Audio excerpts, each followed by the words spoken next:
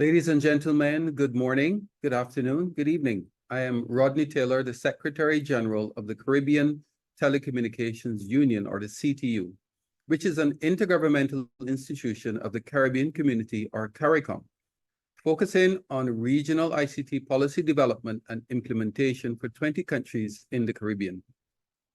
Today, I'm honored to speak with you about the path towards 5G and 6G technologies with a particular emphasis on the Caribbean. As we face a new era in telecommunications, it's important to understand both the opportunities and the challenges that lie ahead, especially for small states, where the cost of infrastructure is a significant barrier. First, let's take a brief look at the evolution of mobile networks. The journey from 1G to 4G brought us from the basic voice calls to the high-speed internet we now take for granted. Each generation represented a leap in technology, offering faster speeds, better connectivity, and more services. Now, as we transition to 5G, we're not just talking about faster internet. 5G is set to revolutionize industries by enabling the Internet of Things, or IoT, autonomous vehicles, advanced robotics, and smart cities. These are all very important to the Caribbean's future social and economic development prospects. 5G promises ultra-low latency, enhanced capacity, and the ability to connect millions of devices simultaneously. Looking even further ahead, 6G is already on the horizon, expected to be commercially viable by the 2030s. The next generation will push the boundaries even further, with expectations of terabyte per second speeds and intelligent connectivity powered by artificial intelligence. For the Caribbean, 5G offers a myriad of opportunities. Enhanced connectivity can drive economic growth, improve healthcare through telemedicine, and boost education with remote learning capabilities.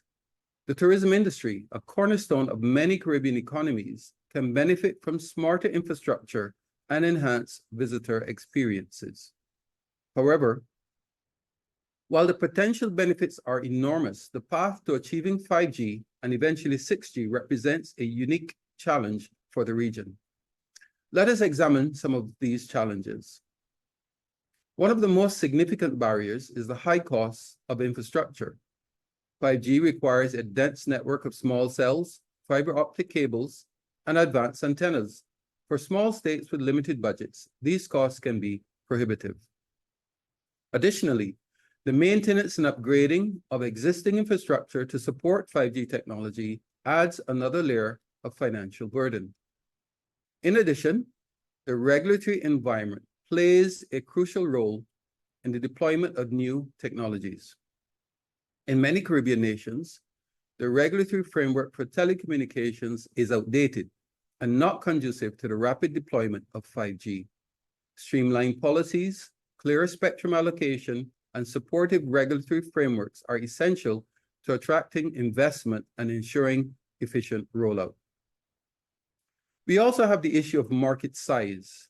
The smaller market size of Caribbean states often means that the return on investment for private telecoms companies is lower compared to larger markets. This can deter investment in the necessary infrastructure, slowing down the deployment of 5G, as is already the case in the Caribbean. Furthermore, deploying 5G requires a high level of technical expertise. Small states may face challenges in attracting and retaining skilled professionals who can manage and maintain advanced telecoms networks. But despite these challenges, there are pathways to overcome them and successfully implement 5G and 6G technologies in the Caribbean.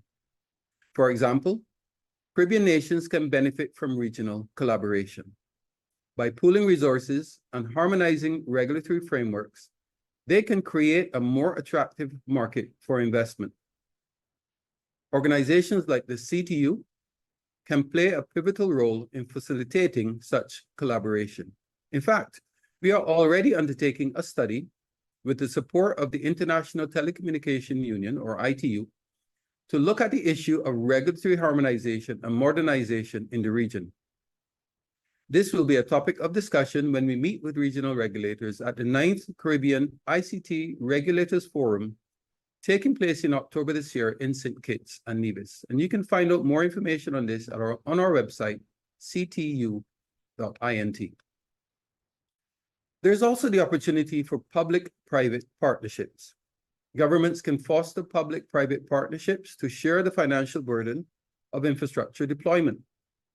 By working together, public entities and private companies can create innovative financing models that make the deployment of 5G more feasible. International organizations and development banks can also provide crucial funding and technical assistance. The World Bank, for example, has initiatives aimed at supporting digital infrastructure in developing regions. Caribbean nations should actively seek out such opportunities. We have done this in the past with projects such as the Caribbean Regional Communications Infrastructure Project, or CARCIP. This was an initiative aimed at improving telecommunications infrastructure and services in the islands of St. Lucia, St. Vincent and the Grenadines, and Grenada. And these are all CTU member states. This program was supported by the World Bank and coordinated by the CTU. I also must mention the issue of regulatory reform.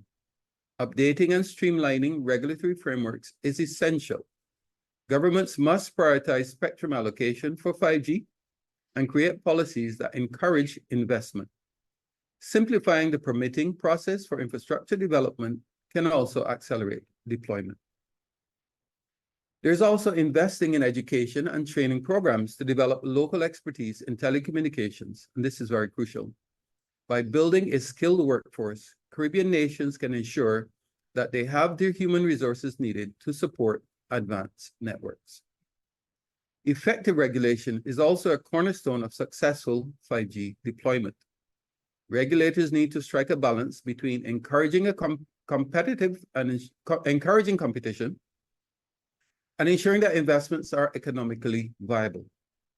They must also ensure that spectrum allocation is efficient and that the regulatory environment is transparent and predictable. Moreover, regulators can incentivize investment by offering tax breaks or subsidies for infrastructure development. By creating a supportive regulatory environment, they can help reduce the financial burden on telecoms companies and accelerate the deployment of 5G. While 5G is the immediate focus, it's important to keep an eye on the future. 6G will bring even more transformative changes, with applications we can only begin to imagine today. The lessons learned from 5G deployment will be invaluable in preparing for the next leap. In conclusion, the path towards 5G and 6G is fraught with challenges, especially for small states in the Caribbean. However, with strategic planning, regional collaboration, and supportive regulatory frameworks, these challenges can be overcome. The benefits of advanced connectivity are immense, promising to drive economic growth, enhance public services, and improve the quality of life for all citizens. By embracing these opportunities and addressing the challenges, the Caribbean can ensure that it is not left behind in the digital revolution. And thank you for your time.